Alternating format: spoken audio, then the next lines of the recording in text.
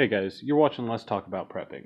I'm Tyler, your host, and in this video, yes, we're making a buddy burner because one of you always comments whenever I make a video about fire or sterno cans of any kind that buddy burners are a really good option, perhaps a better option. And I agree, they are really cool. I've never actually made one myself, but that's what we're doing today. And as is often the case when I'm doing a video, Odie will be watching. There you go, Keith. I told you Odie is always the star of my videos. He's more like the director, just quietly judging what's going on over here. Anyways,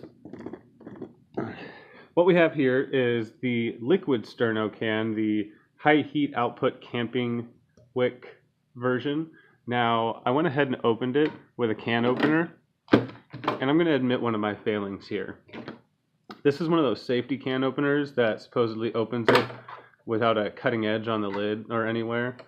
And every single time I try to use this, I forget how to do it. I have used it successfully a few times, but every single time it's a learning experience. I hate them. If the world will only be saved by safety can openers, I think that maybe the world needs to end. Anyways, handy dandy regular can opener. I didn't dig out a P38, sorry guys, but we went ahead and hacked our way into this thing. So there's your liquid paraffin, which is what this apparently runs on. I'm going to go ahead and leave it in there whenever I make this, if I use this one, because I've actually got the regular sterno can sitting over there. I didn't cut the lid off of that one because the opening is plenty large, but I've got the wax already melted in there. I've got it on really low heat there on the stovetop. So I went ahead and cut all my cardboard already. I didn't bother filming it for you guys because I hope most of you can figure out how to cut some cardboard with some pretty clean edges, all pretty close to the same size as each other, so you got a pretty even top across them. But yeah, that's just me hoping. So I'm going to go ahead and pre-roll this because, like I said, I've already got my can of sterno melted over there, or my can of wax in the sterno melted over there. So rather than melting it separately and pouring it in over the cardboard, I'm going to sort of try to hybridize the whole system. It's probably not as good, but we'll see how it works out.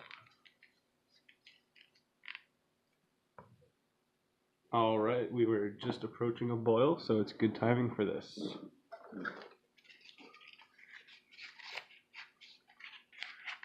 Now I'm going to try not to burn myself here, but some people pay for that, so I'm not too worried about it.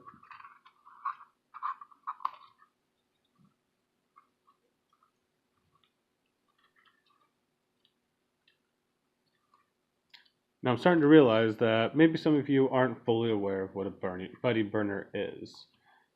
Basically, as may be obvious at this point, it is a metal can of sorts with cardboard and wax inside, or various other wicking substances and flammable substances that will be liquid in a hot form, used to make a small improvised stovetop. So when lit, the wax will wick through the cardboard and burn, and you'll get a pretty hot little flame from something that can be improvised in a whole lot of situations.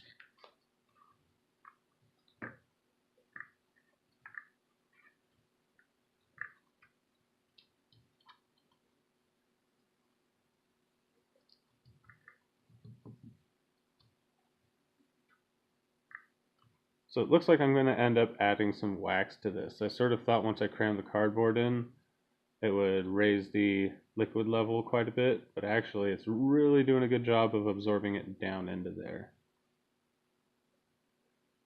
Seems to have removed some of the volume of the wax. I don't know how it did that, but okay.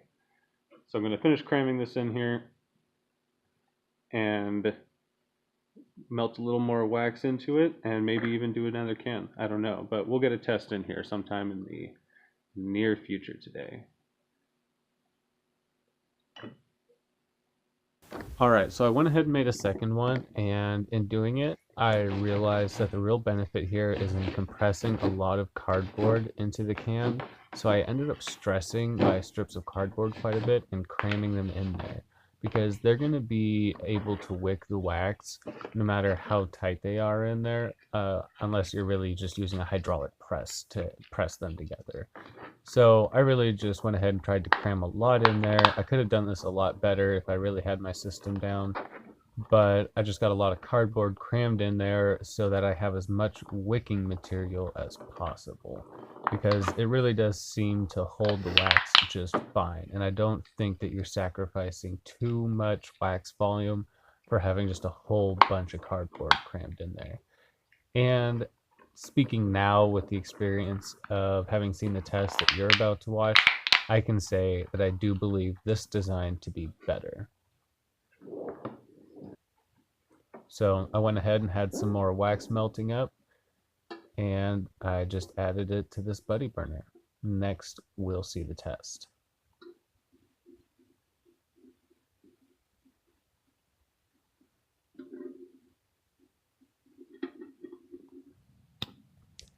So as you can see, I punctured some holes in the top of the first buddy burner to allow some ventilation, and I think it might have helped a little bit, although that one definitely seemed a little oxygen starved. So I don't think that that design with the restricted lid is necessarily the best, but it will definitely last a little longer because it's restricting the burn rate.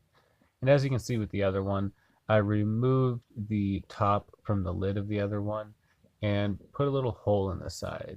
But it really just didn't have enough airflow, and it was definitely oxygen starved. As you can see, when I removed the cap completely, that thing just burnt freely.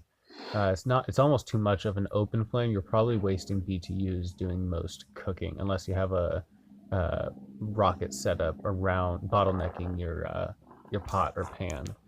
But I went ahead and ventilated the lid a little bit more, and I still really didn't like the way that it was burning. It was actually trying to throw flame out some of the vent holes, which really just tells you that it's burning too much for the ventilation that you've got going on. Hello, Odie. So all in all, I do like the second design better. I think that with the full open top, you are indeed just having a raging flame that might be doing a little more than you need. But if you're trying to get something boiled fast, or if it's windy, it might not be a bad option. Uh, but if you do find a way to bottleneck it a little bit and restrict that flow and focus that flame on what you're trying to cook a little better, it might be more efficient.